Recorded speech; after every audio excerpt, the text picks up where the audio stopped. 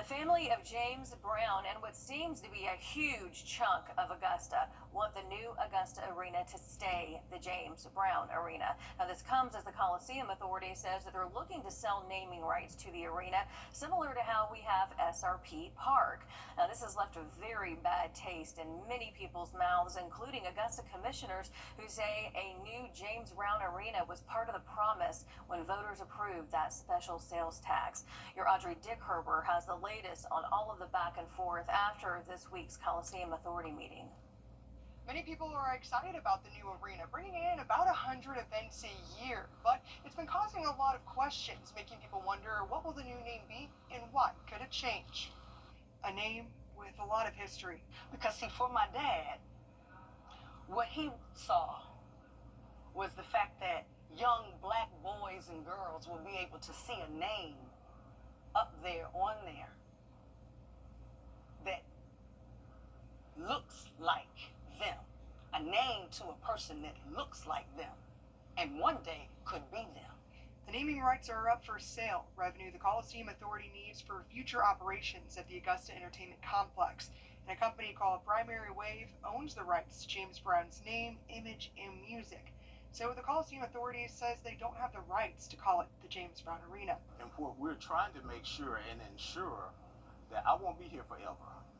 And we're trying to make sure that there's a revenue stream to make sure that we can continue to pay the maintenance, to pay the light bill, the water bill, and to take care of all those things that needed to be taken care of. We get hotel motel tax, but that alone does not take care of the total operation. But that doesn't mean his name can't be used. The Coliseum Authority says that Primary Wave is willing to let a sponsor use the James Brown name, but it's up to that sponsor. We're going to honor James Brown. We have always planned to honor James Brown. From the beginning, that was the thing that we wanted to do. But the reality of it is that we've also looked at naming rights as a source of income, and we've looked at hockey as another income generator. So we're looking at all those things so we don't have to go back to the taxpayers to ask them for money. And James Brown's family just wants his legacy to live on, hoping that means his name will be included. I look on the website and it say The Arena. And then under it is William Bell Auditorium. I ride past the street, I got people sending me text messages. What is this? Because they look at the new Augusta Arena sign. My dad's name is completely gone. Having James Brown's name on the arena is still an option, according to the Coliseum Authority, and they say they plan on honoring him inside of the arena, whether his name is on the outside or not.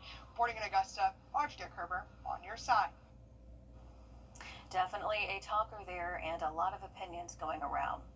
The push to move Harrisburg in a positive direction continues. District 1 Commissioner Jordan Johnson held a community meeting to hear concerns from people who live in that area. And we've reported on the issues and we've heard from neighbors before that meeting about the changes that they want to see to one of Augusta's oldest neighborhoods. Your Kennedy Payne was at the meeting Thursday and she's breaking down reaction from both sides.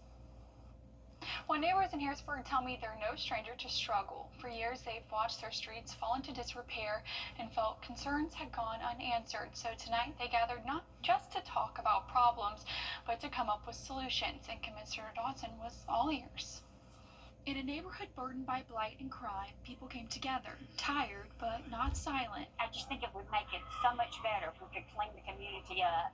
And if we could let the people know the resources we have that they can use, that they just don't take advantage of. And Commissioner Jordan Johnson listened. The folks in this neighborhood need to know that someone is advocating for them. And not only just having their commissioner advocate for them, but they're empowered to advocate for themselves too.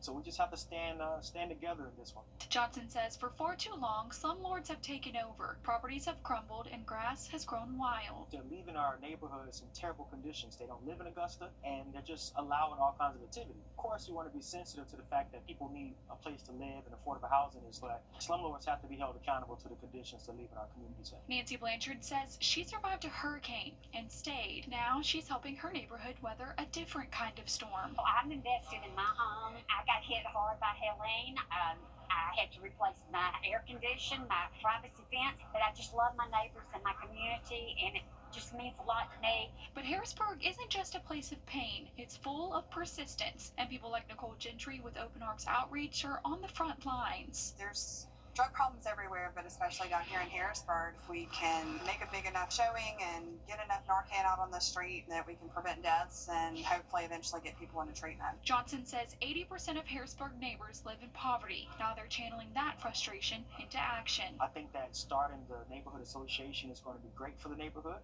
because that gives you at least a monthly opportunity to come out and engage with neighbors. That's when the solutions start to, come to light. So in a place often overlooked, neighbors came together, finding strength in numbers. And Commissioner Johnson says this isn't the first meeting and it definitely won't be the last. He says policy changes are on the way, but it won't happen overnight.